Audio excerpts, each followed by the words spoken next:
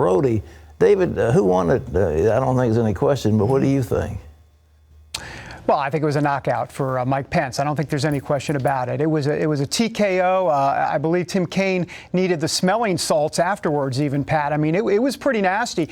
You talked about how Tim Kaine was interrupting all the time, and it really didn't bode well for him. I mean, even as you look at the Democrats and the liberals even reacting to this, they weren't even too happy with the way Kaine approached this. So I don't think there's any question about it. But I think more than that, Mike Pence was really able to weave that campaign narrative, that Donald Trump campaign narrative, not just about making America great again, but this uplifting conservative Republican message that, quite frankly, Donald Trump wasn't really able to do much of in that first debate, Pat.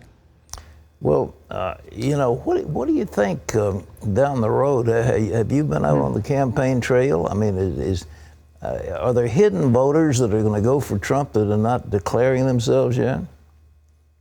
Yeah, I mean, I think there's a closet Trump voter out there. As a matter of fact, I remember Jenna Browder and I were in New York the other day, for the last time for the debate, and we talked to some folks, and they're telling us, shh, we're a closet Trump voter in California, but we don't want anybody to know about it. So the point is, there's a lot of folks out there. If you notice, Pat, Donald Trump's polling is much higher when it's online polling. Why is that? Well, there's anonymity in online polling. And when you have to actually call someone's house and state your name, it's a much different. So I think there might be a tendency for a shock on Election Day. I will say this, that there's a Democrat strategist talking to me privately close to Hillary Clinton's campaign, say they are deathly worried about this silent majority, basically older white male voters who have been disenchanted in the past and may indeed come back for Trump, but aren't saying much right now. You know, that narrative I heard last night from Kaine that this deal with Iran, which was so terribly flawed in relation to nuclear weapons, the Iranians are going full bore and everything in the world. And, well, Hillary Clinton capped that, and they're not going to come with nuclear. And then he said the Israelis supported it. I mean, I couldn't believe that.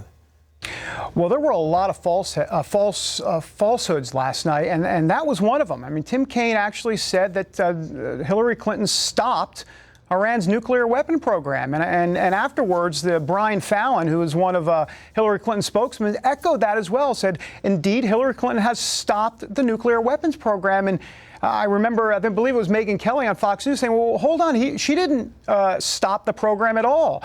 So anyhow, there seems to be a lot of stuff that Tim Kaine was saying in that debate last night. I know folks will say Mike Pence was saying a few things as well, but Tim Kaine was saying a few things, even on immigration, that seemed to be quite a bit of falsehoods to him, where he was talking about how Donald Trump was talking as it relates to immigration, saying that Donald Trump wanted to get rid of all illegal immigrants. Well, actually, what he said, he wanted to get rid of all criminal illegal immigrants. And so there was a lot of stuff that was really not passing the smell test last night.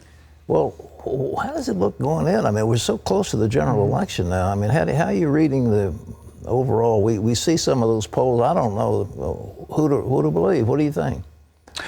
Well, I think we're going to see a tightening. I don't think there's any question about it. And there are a couple reasons for that. Let's start with the vice presidential debate last night. Look, typically vice presidential debates don't move the needle, don't move voters. But in this case, it may be a little bit different, and here's why.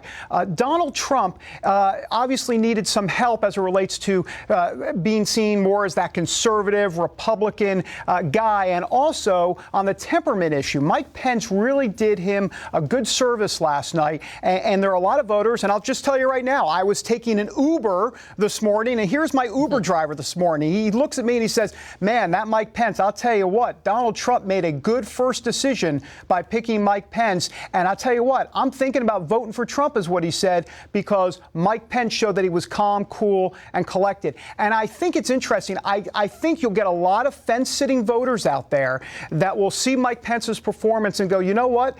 I don't know if I'm so much into Trump, but he's got that guy by his side who seems to be calm, cool, and collected. I may get there.